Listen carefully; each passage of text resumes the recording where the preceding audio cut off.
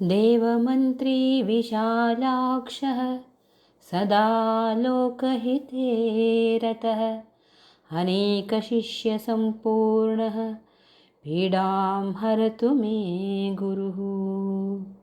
ಶ್ರೀಗುರುಭ್ಯೋ ನಮಃ. ಪ್ರಿಯ ವೀಕ್ಷಕ ಬಂಧುಗಳೇ ನಮಸ್ತೆ. ನಿಮಗೆಲ್ಲರಿಗೂ ಗೊತ್ತಿರೋ ಹಾಗೆ ಗುರುಗ್ರಹರು ಮೇ 14ರಂದು ರಾತ್ರಿ 9:48 ವೃಷಭ ರಾಶಿಯಿಂದ ಮಿಥುನ ರಾಶಿಗೆ ಪ್ರವೇಶಿಸ್ತಾರೆ. ಇದರಿಂದ ಜಾಗತಿಕವಾಗಿ ಆಗತಕ್ಕಂತಹ ಕೆಲವು ಪರಿಣಾಮಗಳ ಕುರಿತು ಹಿಂದಿನ ವಿಡಿಯೋದಲ್ಲಿ ಹೇಳಲಾಗಿದೆ.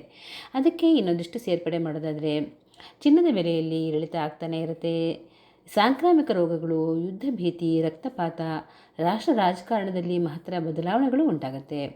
ಹಾಗೆಯೇ ಈಗ ಗುರುಗ್ರಹದ ಸ್ಥಾನ ಬದಲಾವಣೆಯ ಪರಿಣಾಮ ದ್ವಾದಶ ರಾಶಿಗಳ ಮೇಲೆ ಕೂಡ ಖಂಡಿತ ಆಗೇ ಆಗುತ್ತೆ. ಅದರ ಬಗ್ಗೆ ಈಗ ನೋಡ್ತಾ ಹೋಗೋಣ. ಈಗ ಮಿಥುನ ರಾಶಿಯಲ್ಲೇ ಗುರುಗ್ರಹರು ಸಂಚಾರ ಮಾಡ್ತಾರೆ. ಗುರುಗ್ರಹರು ಶುಭಗ್ರಹರೇ ಆದರೂ ಸಹ ಜನ್ಮ ರಾಶಿಯಲ್ಲಿ ಗೋಚಾರವಾಗೋದು ಅಷ್ಟೇನು ಉತ್ತಮ ಅಲ್ಲ. ಜೀವನದಲ್ಲಿ ಅನಿರೀಕ್ಷಿತ ಬೆಳವಣಿಗೆಗಳನ್ನು ಕಾಣ್ತೀರಿ.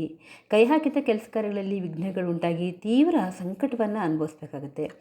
ಇದರಿಂದ ಉದ್ವೇಗ, BP ರೈಸ್ ಆಗೋದು ಇಂಥವೆಲ್ಲ ಆಗ್ತಿರುತ್ತೆ.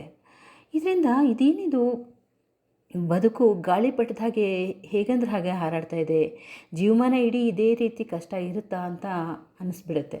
ಆದರೆ ಹಾಗೇನಿಲ್ಲ. ರಾತ್ರಿ ಕಳೆದ ಮೇಲೆ ಹಗಲು ಬರಲೇಬೇಕಲ್ವಾ. ಸರಿಯಾದ ಮಾರ್ಗದರ್ಶನ ಸಿಗದೆ ಧನ ನಷ್ಟ ಕೂಡ ಮಾಡ್ಕೊಳ್ತೀರಾ. ಹೀಗಾಗಿ ಸರಿಯಾದ ಮಾರ್ಗದರ್ಶಿಗಳನ್ನು ನೀವು ಹುಡ್ಕೊಳ್ಬೇಕಾಗತ್ತೆ, ಅಥವಾ ನಿಮ್ಮ ಬುದ್ಧಿಯನ್ನು ನೀವು ಉಪಯೋಗಿಸ್ಕೊಳ್ಬೇಕು. ಆದರೆ ಬುದ್ಧಿ ಕೂಡ ಸರಿಯಾಗಿ ಓಡದಲ್ಲೇ ಬಹಳ ತಾಪತ್ರಯವನ್ನು ನೀವು ಅನುಭವಿಸ್ತೀರಿ. ಅನೇಕರು ಉದ್ಯೋಗವನ್ನು ಕಳೆದುಕೊಳ್ತಕ್ಕಂತಹ ಸಾಧ್ಯತೆಗಳಿವೆ. ಹೀಗಾಗಿ ಎಚ್ಚರಿಕೆಯಿಂದ ಕೆಲಸ ಮಾಡಿ, ತಾಳ್ಮೆಯನ್ನು ಕಳ್ಕೊಳ್ಬೇಡಿ. ಇನ್ನು ಪರಿಹಾರವಾಗಿ ಗುರುಗ್ರಹರಿಗೆ ಶಾಂತಿ ಮಾಡ್ಕೊಳ್ಬಹುದು, ಅಥವಾ ಇನ್ನು ಇದಕ್ಕೆ ಹೆಚ್ಚು ಕಷ್ಟಪಡದಲ್ಲೇ ಈ ಗುರುಪೀಡ ಪರಿಹಾರ ಸ್ತೋತ್ರವನ್ನು ನಿತ್ಯವೂ ಹೇಳ್ಕೊಳ್ಳಿ.